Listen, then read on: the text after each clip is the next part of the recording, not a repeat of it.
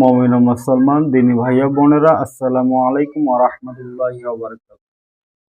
আপনারা দেখতেছেন অদৃশ্য জিন ও জাদুর কোরআনিক চিকিৎসা চ্যানেল, সঙ্গে আছে আমি মোহাম্মদ জসিমউদ্দিন।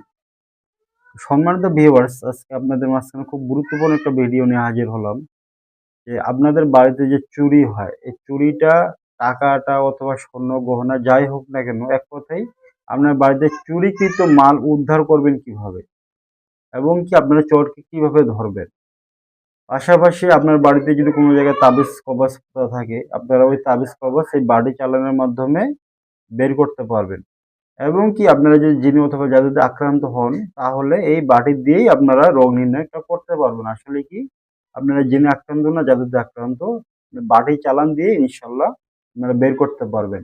এক বাড়ি চালান দিয়ে আপনার 3 প্রকার কাজ করতে পারবেন। তো যাই হোক, বিস্তারিত সব বিষয় নিয়ে কথা বলবো ইনশাল্লাহ। তো পুরো ভিডিওটা না টেনে দেখবেন, তাহলে পরিপূর্ণ ভিডিওর যে মূল আলোচনা বিষয় কথা হচ্ছে ইনশাল্লাহ আপনারা জানতে পারবেন। তো যাই হোক হযরত, আপনারা যে আমলটা করবেন, এই আমলটা করার আগে অবশ্যই আপনাকে একটা কাঁসার বাটি লাগবে। অরিজিনাল কাঁসার বাটি হইলে ভালো হবে, সব থেকে ভালো হবে।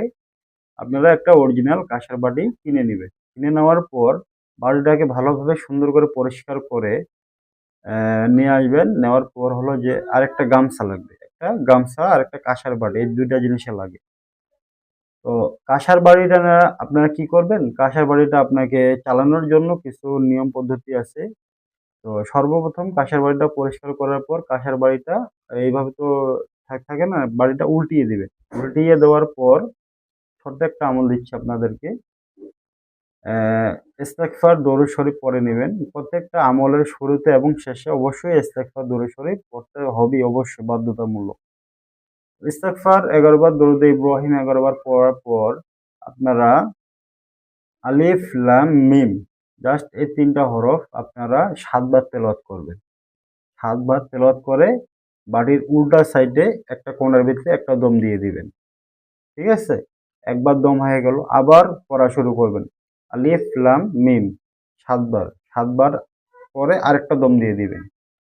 2 বার হইলো, আরেকবার পড়বেন। 3 বারে, হ্যাঁ, 3 সাথে 21 বার পড়া হবে।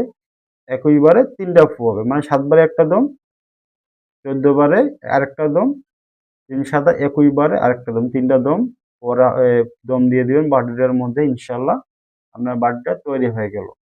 তো যাই হোক, বাটিটা তৈরি হওয়ার পর আপনার এটা কিন্তু একজন তুলা রাশি ব্যক্তি লাগবে। তুলা রাশি ব্যক্তি দিয়ে বাটি চালান দেওয়াটা খুব ভালো, কিন্তু বাড়িতে দৌড়ে ভালো এবং কি ঠিক লোকেশনে আপনার যায়, বাড়িটা যায়।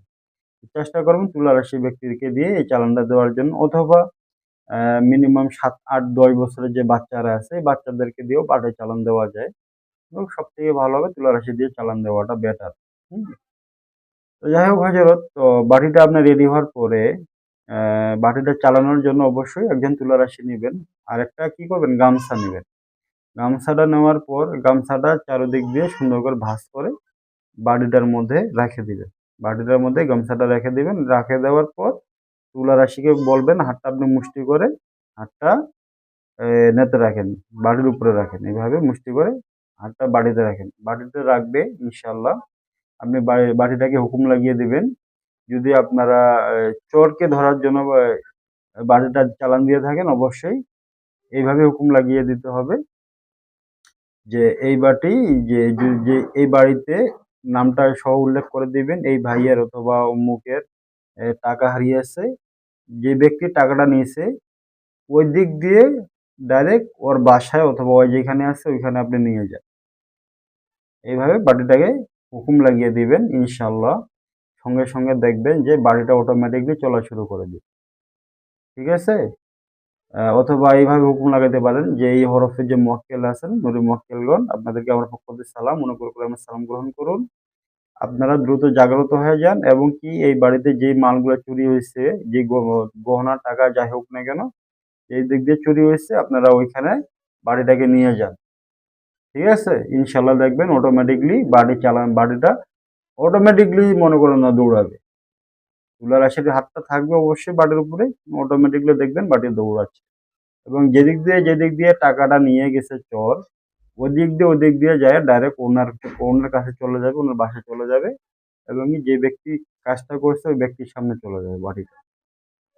এবং কি আপনারা যদি তাবিজ কবজ যদি বাসার কোথাও যদি পোতা থাকে তাহলেও এই বাড়ি চালান দিয়ে আপনারা বের করতে পারবেন। নিয়ম পদ্ধতি সব একই, খালি বলতে হবে যে এই বাড়িতে যদি কোথাও তাবিজ পোতা থাকে এই বাটিটা ওইখানে চলে যাও, ঠিক আছে? এভাবে হুকুম লাগিয়ে দিবেন, ইনশাআল্লাহ আপনার বাড়িতে যেখানে কোনো যে তাবিজ পোতা থাকুক না কেন বাড়িতে দেখবেন অটোমেটিকলি তাবিজটা ওইখানে চলে যাবে। যেখানে যে বাড়িতে দাঁড়াবে ওইখানে আপনারা সুন্দর করে মাটিটা খুঁড়বেন অথবা ওই জায়গাটা পরিষ্কার করে দেখবেন, ইনশাআল্লাহ অবশ্যই তাবিজ না কোনো কিছু আপনারা অবশ্যই পাবেন। তৃতীয়ত যে বিষয়টা যে হচ্ছে হজরত, যে আপনার শরীরে আপনি কি জিনে আক্রান্ত না জাদুতে আক্রান্ত, এই বিষয়টা আপনারা রোগ নির্ণয় করে দেখবেন। তো জাস্ট খালি বাড়িকে বলতে হবে ওনার যদি জিনের সমস্যা হয় বাড়িটা ওনার শরীরের উপর উঠে যাক। আর যদি জাদুর সমস্যা হয় মানে জিন জাদুর সমস্যা হলে বাড়িটা ওনার উপরে উঠে যাক, ইনশাল্লাহ দেখবেন বাড়িটা অটোমেটিকলি ওনার উপরে উঠে যাবে। আর যদি না হয় তাহলে কোনো উঠবে না। হ্যাঁ, এটা একটা পরীক্ষিত আমল, ইনশাআল্লাহ আপনাদের মাঝখানে আজকে শেয়ার করলাম। তো ভিডিওটা ভালো লাগলে অবশ্যই চ্যানেলটি সাবস্ক্রাইব করে পাশে থাকবেন, ইনশাআল্লাহ এর থেকে ভালো ভিডিও নিয়ে আমরা কথা বলবো।